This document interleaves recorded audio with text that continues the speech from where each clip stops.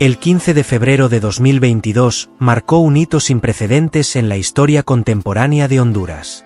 Ese día, Juan Orlando Hernández, expresidente de la República, fue arrestado en su residencia, encadenado de pies y manos mientras su casa era rodeada por decenas de agentes fuertemente armados. La escena fue impactante. Un hombre que ostentó el poder absoluto por más de una década, ahora reducido a prisionero, señalado como uno de los narcotraficantes más peligrosos del continente, según la justicia estadounidense. Su caída fue tan estrepitosa como su ascenso meteórico al poder. Y ahora, rumores sobre una posible reducción de su condena o una eventual liberación han generado controversia dentro y fuera del país. Nacido el 28 de octubre de 1968 en una humilde aldea montañosa del occidente de Honduras llamada Río Grande, Juan Orlando fue uno de los 17 hijos de Don Juanco, un productor de café reconocido por su laboriosidad. Desde pequeño, destacó por su inteligencia y disciplina. Su ambición lo llevó a estudiar en el Liceo Militar del Norte, donde forjó un carácter obediente y determinado. Posteriormente, ingresó a la Universidad Nacional Autónoma de Honduras para estudiar Derecho, y más tarde realizó estudios en España y en la Universidad Estatal de Nueva York, donde obtuvo una maestría en Administración Pública. El joven del interior que soñaba con servir a su país pronto se convirtió en una figura influyente dentro del Partido Nacional, aumentando las expectativas sobre el desenlace de este proceso judicial. Con la presentación de las armas de fuego que utilizó el exmandatario para la conspiración, así como los relatos de los testigos de la defensa que incluyeron al propio acusado, el momento álgido y la cuenta regresiva llegó, a partir que el juez Kevin Castle entregó el caso al jurado, quienes definieron el destino del indómito. Su primera incursión en el poder político llegó gracias a su hermano Marco Augusto, quien lo vinculó al Congreso Nacional como asistente ejecutivo. Allí aprendió los engranajes de la política hondureña y tejió una red de contactos que le serían vitales para su ascenso. En 1997, se postuló como diputado por el departamento del Empira y ganó con una amplia mayoría. Así comenzó una carrera política que lo llevaría hasta la presidencia del Congreso Nacional en 2010, cargo desde el cual consolidó su control sobre el aparato estatal. En 2013, fue elegido presidente de la República, prometiendo mano dura contra el crimen organizado. Sin embargo, años después, sus vínculos con el narcotráfico lo arrastrarían al abismo. Durante sus dos mandatos presidenciales, 2014 a 2022, Juan Orlando Hernández promovió una imagen de líder fuerte, comprometido con la seguridad nacional y la lucha contra el narcotráfico. Pero detrás de los discursos patrióticos, se escondía una estructura de corrupción profundamente enraizada. Testimonios presentados en cortes estadounidenses, incluidos los de narcotraficantes convictos, señalaron que su campaña presidencial fue financiada con dinero del narcotráfico. Su hermano, Juan Antonio Tony Hernández, fue condenado en 2019 por conspiración para importar cocaína a los Estados Unidos. Las pruebas eran claras. JOH, como se le conoce popularmente, no combatía el narcotráfico, lo dirigía desde la cima del poder. El Departamento de Justicia de lo acusó formalmente de conspiración para traficar cocaína, posesión de armas y uso de armas automáticas. Fue extraditado y juzgado en Nueva York, donde en 2024 fue hallado culpable. La sentencia fue demoledora: 45 años de prisión. Sin embargo, recientes movimientos judiciales y especulaciones legales sobre beneficios por cooperación o posibles apelaciones han encendido las alarmas. ¿Es posible que Hernández recupere su libertad antes de tiempo? Analistas en Washington no descartan que, por razones estratégicas, pueda negociar una reducción de penas si proporciona información clave sobre redes criminales internacionales. En Honduras, la sola posibilidad de que Hernández salga libre causa indignación. El expresidente de Honduras y condenado en Estados Unidos por narcotráfico, Juan Orlando Hernández, manifestó hace unos días que dará todas sus declaraciones de manera verídica, situación que perseguirá a parte de la clase política nacional. Según se manifiesta, el exmandatario busca probar su inocencia y las instancias tendrán una escalada que llegaría incluso a la Corte Suprema de Justicia del país norteamericano. La ex primera dama de Honduras, Ana García de Hernández, explicó que las aseveraciones iniciales se han dado en orden cronológico y esto irá escalando hasta llegar al clímax de la situación que llevó al expresidente a estar en una cárcel estadounidense. Y eso es lo que él ha comenzado a decir en estos relatos que han circulado y algunos que los hemos publicado en las redes sociales, que tienen que ver con los procesos, por ejemplo, de aprobación de la extradición. Y aquí la pregunta que el pueblo hondureño tiene que hacerse siempre: ¿alguien involucrado en el tráfico de drogas, alguien involucrado con los narcotraficantes, iba a aprobar estas medidas si eran las más temidas por los narcos? Por supuesto que no. Su gobierno dejó un país marcado por la represión, el saqueo institucional y el éxodo masivo de ciudadanos que huían de la violencia y la pobreza. El Departamento de Desarrollo del Congreso Nacional, durante su presidencia en esa entidad, fue epicentro de uno de los escándalos más grandes: el desvío de cientos de millones de dólares destinados a proyectos sociales. Mientras tanto, su círculo cercano, incluida su hermana Hilda Hernández, manejaba ministerios estratégicos como el de Desarrollo e Inclusión Social, desde donde también se drenaron fondos públicos para beneficiar al Partido Nacional. Hoy, desde una celda en suelo estadounidense, Juan Orlando Hernández espera. Aunque ha perdido el poder y el favor internacional, no ha perdido su ambición. Y mientras se especula sobre una posible liberación anticipada, el pueblo hondureño aún lidia con las consecuencias de su legado. ¿Será este el capítulo final de una historia marcada por la ambición y el crimen? ¿O estamos apenas ante el preludio de un regreso improbable, pero no imposible? Solo el tiempo, y los jueces en Estados Unidos, tendrán la última palabra.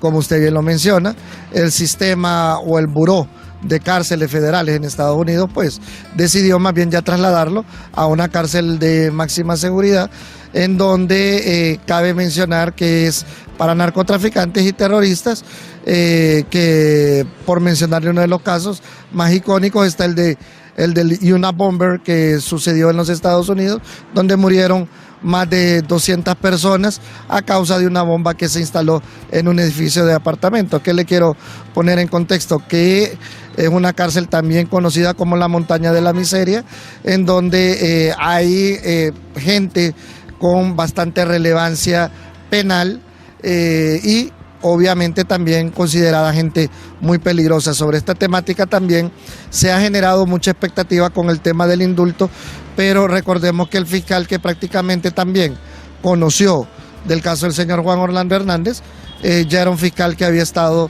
en los años de la administración de Donald Trump en el primer mandato. Bueno, prácticamente ¿verdad? Las posibilidades de que ese indulto ocurriera por parte del gobierno republicano del presidente Donald Trump estarían convirtiéndose en cómplices, por así decirlo, porque los cargos que se le imputan al expresidente pues son cargos relativamente grandes, se podría decir. Sí, es que mire, tenemos que entender también que aquí hay una cuestión estrictamente con una línea o ideología política, hablando propiamente. Recordemos que el actual gobierno del señor Donald Trump es un gobierno de derecha, muy apoyado, o se generó un cierto lobby bastante fuerte en el gobierno de Juan Orlando Hernández, que quieras o no, tuvo un peso político y que no vamos a negar que genera, entre comillas, una cierta simpatía sobre la línea de los republicanos. Cabe mencionar que bajo esta línea que le estoy mencionando, obviamente, y al existir una ideología contraria actualmente a los intereses republicanos o la línea partidista del señor. Una narcodictadura, no hay ninguna narcodictadura. Los narcopolíticos están en otro lado. La narcodictadura. Cuando miro hacia atrás y miramos estos 3 años, claro que era parte del guión del gobierno de Honduras seguir atacando la famosa narcodictadura que le llamaron desde la campaña. Y ahora, con el paso del tiempo, lo que miramos es que salen videos donde salieron dirigentes del Partido Libre reunidos con los narcos. Ahí es claro cuando dicen los narcotraficantes, los tienen chiquitos. Los tienen chiquitos. Todas estas leyes que nos están afectando, decían entre ellos, las vamos a eliminar. Ya habían hablado también de eliminar la extradición penal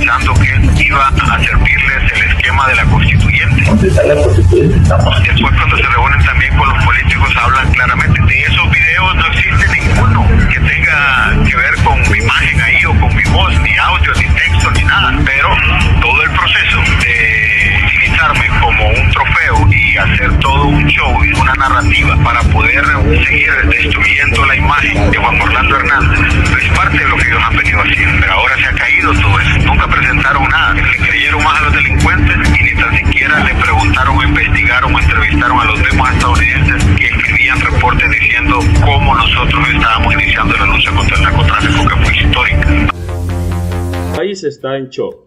El exdirector de la Policía Nacional, Ricardo Ramírez del SIC, ha abierto la caja de Pandora, revelando al público grabaciones explosivas que conectan al expresidente del país, Juan Orlando Hernández, con los tentáculos más oscuros de la criminalidad. Pero eso no es todo. Grandes medios intentaron silenciar estas revelaciones, ocultando la verdad al pueblo hondureño. Pero ahora estas grabaciones prometen ser pruebas cruciales en el juicio contra Hernández en Estados Unidos el próximo 26 de junio. El pueblo hondureño está atónito. Hernández estaba al tanto de operaciones de tráfico de sustancias ilícitas a través de la empresa nacional portuaria, controlada según Ramírez del Sí por traficante mexicano bajo el amparo del expresidente.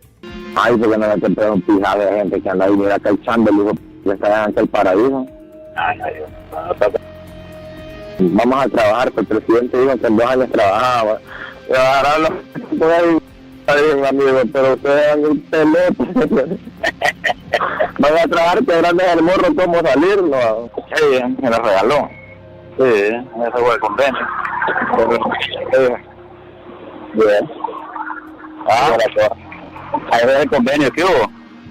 ¿No viste vos allá como allá en Olancho, como pareció este hombre? Escalofriante verdad. Tras la entrega de los cachiros a Estados Unidos, las rutas de narcotráfico pasaron a manos de Hernández y su hermano Antonio alias Tony, un oscuro legado del crimen y corrupción. Grandes medios de comunicación intentaron ocultar estas revelaciones al pueblo hondureño, una conspiración para mantener al país en la oscuridad.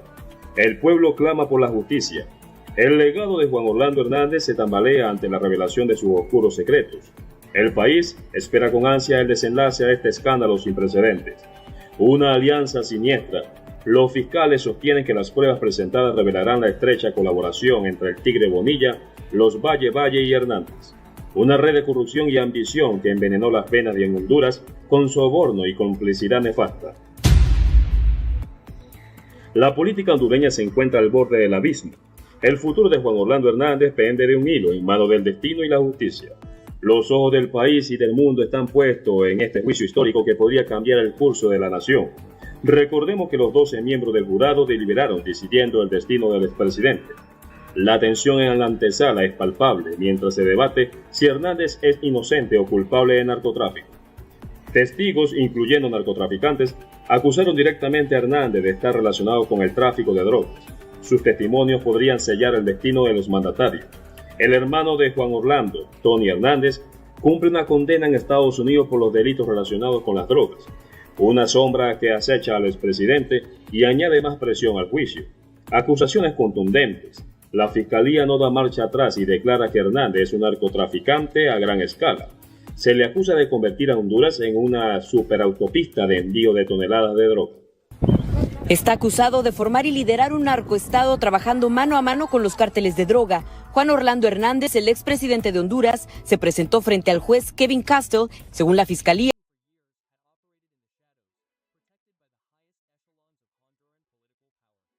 Se acompañan de cadáveres explosivos y calles que cada día amanece con un muerto más. Como Policía Nacional no hemos descuidado tampoco nuestra labor operativa y continuamos teniendo resultados positivos. Muestra de ello la captura que realizó la DIPANCO en San Pedro Sula de alias El Triste, miembro activo de la pandilla 18. Esto en la colonia El Paraíso 2 del sector Rivera Hernández en esta ciudad industrial, donde el escuadrón motorizado de la DIPANCO ha logrado darle captura a esta persona y se le ha decomisado un arma de fuego tipo mini Uzi, así como 170 envoltorios plásticos listos ya para la distribución con supuesta cocaína. De igual forma, DIPANCO también en la capital realizó otras capturas de impacto, esto a una mujer la cual está relacionada con temas de explotación sexual aquí en la capital de la República, y ella es identificada con el alias de La Pati, de 35 años de edad. Ella sería pues la encargada de una red de explotación sexual aquí en la capital, a la cual se le venía dando seguimiento hace un par de días y se ha logrado con la captura de esta persona que estaba a cargo de la misma. En los últimos 10 años, más de 1,000 trabajadores del transporte han sido asesinados. Tenemos ese pequeño, o tenemos esa situación que día a día nos enfrentamos con situaciones bélicas, por decirlo así, con miembros de estructuras criminales, organizaciones criminales en la actualidad. Y si bien es cierto, sí me ha tocado estar en enfrentamientos con miembros de estas organizaciones criminales, pero gracias a Dios, gracias a la voluntad de Dios, que todo salió y marchó muy bien. No tuvimos heridos, pero sí fueron capturados los sujetos. Para muchos, es claro, en esos territorios manda la pandilla. En un operativo reciente, 3 supuestos pandilleros fueron capturados en Tegucigalpa, incluyendo un joven que transportaba más de 70 porciones de cocaína. A pesar de estos golpes, la maquinaria criminal no se detiene. Las capturas, tras un gobierno anuncia mano dura, algunos de sus aliados más cercanos han sido cómplices de los verdugos del pueblo. Los pactos de impunidad han fortalecido a estas organizaciones, permitiéndoles operar con libertad casi absoluta. Los testimonios de los jóvenes que han escapado de las maras son desgarradores. Me metí porque no tenía otra salida. Ahora solo hay 2 caminos, la cárcel o el cementerio. Nos relató un exmiembro que vive escondido por miedo a ser ejecutado. La pobreza, la falta de oportunidades y la desesperanza son el semillero perfecto para la expansión de estas bandas. Honduras no solo enfrenta una guerra contra el crimen, sino una crisis estructural de oportunidades que empuja a miles hacia el abismo. La guerra está declarada. La MS-13 y la pandilla 18 no se esconden. En un acto sin precedentes, un líder de la MS-13 lanzó una amenaza pública. Si ustedes quieren guerra, guerra van a tener. Este acto marca una nueva etapa en el conflicto. La guerra ya no es solo silenciosa, ahora es directa, despiadada, sin cuartel. La presidenta Xiomara Castro está ante el mayor reto de su mandato. Demostrar que el Estado puede recuperar el control, aceptar que, en las sombras, el verdadero poder en Honduras lo siguen ejerciendo los criminales. El futuro está en juego, y el precio lo sigue pagando el pueblo con sangre, miedo y dolor. Estos han sido identificados con los alias de Manito, miembro activo de este grupo criminal organizado, considerado cabecilla de sector, quien es el responsable de abastecer las diferentes plazas de droga que están establecidos en el sector de la Jerusalén, zona donde ellos mantienen incidencia delictiva. Es importante mencionar que el segundo capturado en este operativo es identificado con el alias de Morro, también considerado cabecilla de sector y quien se encarga de abastecer las diferentes plazas de droga que están establecidas en esta zona. Es importante mencionar que en este operativo lamentablemente perdió la vida un miembro activo de la pandilla 18, el cual fue... Pero permítanos 4 años más para que podamos reconstruir el resto. No somos iguales, expresó la mandataria Xiomara Castro hace un par de semanas, haciendo referencia a las comparaciones entre su gobierno y el gobierno del ahora sentenciado Juan Orlando Hernández. Lo que sí queda claro es que ambos tenían las mismas intenciones con sus partidos políticos, mantenerlos en el poder por más de 4 años. Respecto a este asunto, críticas han surgido por parte de analistas quienes aseguran que el actual gobierno no tiene ni autenticidad en sus expresiones. 4 años más y no queda suficiente 4 años para refundar el país. 4 años más le indica de que ni siquiera tienen un eslogan propio. O sea, deja entrever la mandataria lo superfluo que fue su gobierno y lo sin sentido que fue la gobernanza del Partido Libre. Creo que realmente estamos viendo algo que se ha mencionado mucho, y es el tema de que no hay no hay creatividad en este proceso electoral para nuestro país. Lo hemos visto ahorita tanto con las pretensiones del oficialismo, con las pretensiones de la oposición, pero realmente lo que estamos viendo es una falta de propuestas, una falta de imaginación al momento de montar los mensajes y las narrativas de los partidos políticos. Para los sectores opositores, tales declaraciones forman parte de una naturaleza política. Sin embargo, en la realidad, dicha pretensión no podría hacerse realidad por la voluntad ciudadana. Bueno, primero creo que no nos puede dar sorpresa de que, y tampoco debe ser, o sea, que quien está en el poder no quiere dejar el poder, quien debe continuar. Pero yo creo que Libre no se ha ganado la confianza del pueblo hondureño, todo lo contrario, creo que hemos sentido, incluso los que acompañamos en algún momento, pues mucha frustración. No, es válido, pero mire, aún vivimos en un país que es sostenido por principios democráticos. Vamos a elecciones este 30 de noviembre y yo estoy más que segura que esa frase jamás va a hacer eco en el pueblo hondureño. Si el pueblo hondureño está ansiando que el 30 de noviembre llega. Mire, me da mucha pena que la señora presidenta no actúe como presidenta de todos los hondureños. Ella no puede estar promocionando por su investidura a un candidato todos los días y haciendo actos públicos en compañía de su candidata. Congresistas oficialistas son del criterio en que existen vastos méritos como para que Libre continúe en el poder, argumentando que el proyecto refundacional aún tiene capítulos claves que cumplir.